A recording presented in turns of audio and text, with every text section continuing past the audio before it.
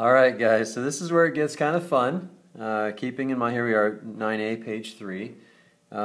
Keeping in mind our two main questions that we're going to be thinking about throughout this unit. What is the series, and does the series converge? If so, if it does converge, where does it converge? And so here we're going to look through this here a little bit. I think we'll be able to finish this whole page, maybe the next one in this video.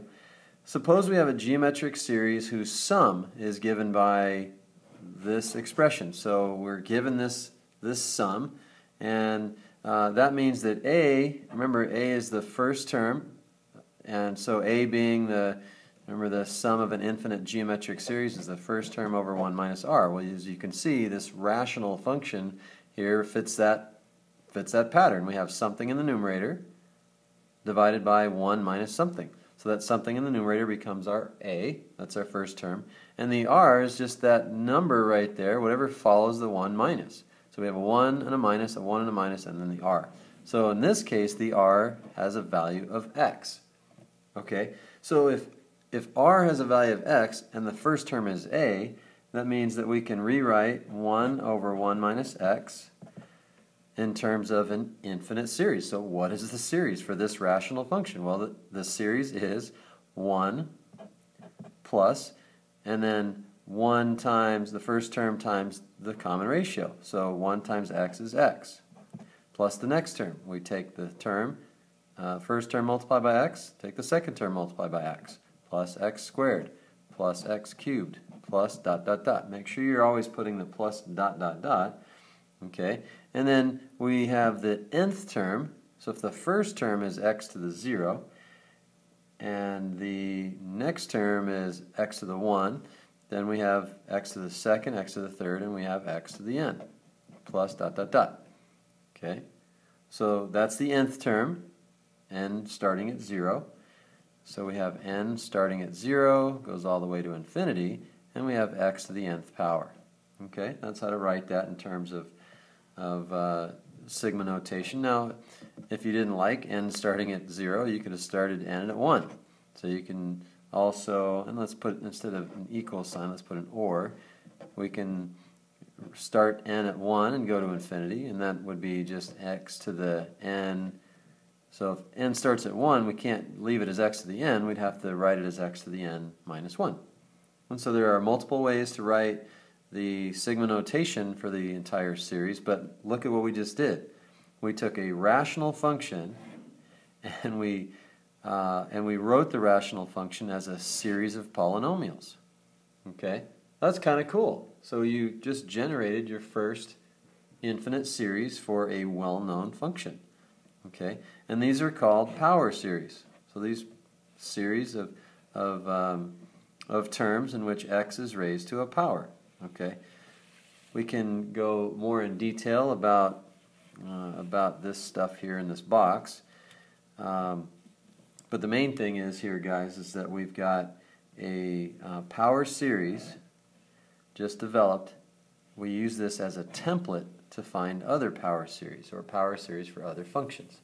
So let's take a look and see how that works. This is the one we just did. Okay, we're going to use this template, and we're going to be substituting in values into this particular template, because again, what is the series? Well, we have this function here. We have another rational function, and we know that we can rewrite this. We always want to have some number in the numerator, and then we want to have 1 minus. Okay, so let's write the number in the numerator and 1 minus. And so what follows the 1 minus? Well, 1 plus x is the same as 1 minus the opposite of x. So now we have our template. So we've got our A, our first term, and we have our r, which is our common ratio. Okay, so we're going to rewrite that as an infinite series. So our A being our first term plus A, 1 times negative x. So we have 1 times negative x, which is negative x. Okay, and then we also have the next term, negative x times negative x. Okay, and then we have our next term, negative x times another negative x, and so on and so on. So we want to write a power series. Oops, I meant to underline that, not cross it off. That in is both write a power series in both expanded form and sigma notation that represents 1 over 1 plus x. One of the things that we didn't talk about in that last example, let's just scoot on up there just for a moment.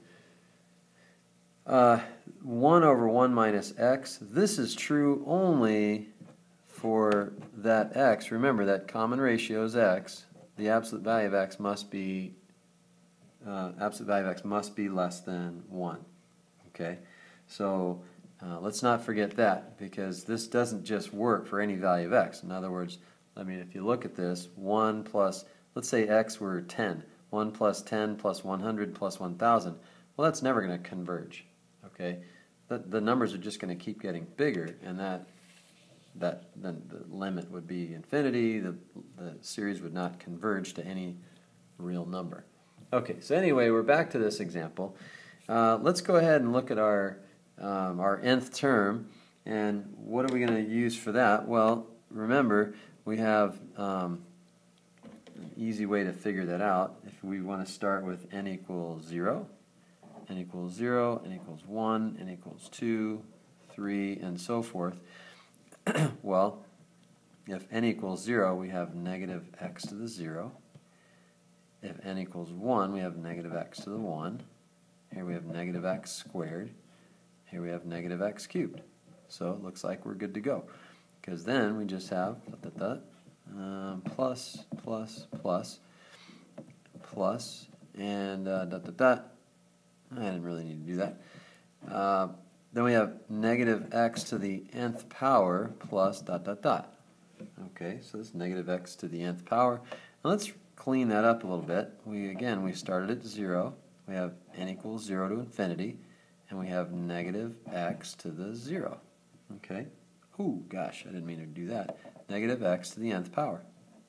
Okay, so we have negative x to the nth power. Now, how are we going to write that, though? Because we don't like to have that negative sign inside the parentheses. We could leave it like that, but a better way to write that, how we deal with what we call alternating series, because if you look at the series, first term is positive, then we have negative, then positive, then negative. So what we want to do is we want to write this as negative 1 to the nth power, and then multiply by x to the nth power. Okay? So we can split that up, and maybe that was too much of a stretch. Negative x to the nth power is negative 1 times x, and all raised to the nth power. And then you raise each of those factors inside the parentheses to that same power, and that's just using the laws of exponents. Okay, now again, here's our series, but we want to make sure that our common ratio, negative x, is less than 1. Absolute value of negative x is less than 1. Well, if you think about the absolute value of negative x, it's the same as the absolute value of x. Okay, so we have the same interval of convergence. Okay, so that's what that is. That's an interval of convergence. This lists all the real numbers x in which this rational function is actually equal to the infinite series. So any real number we replace x with in between negative 1 and 1 would make this series equal to that rational function. So I guess I'm not going to do this all in one video. I'll do one more.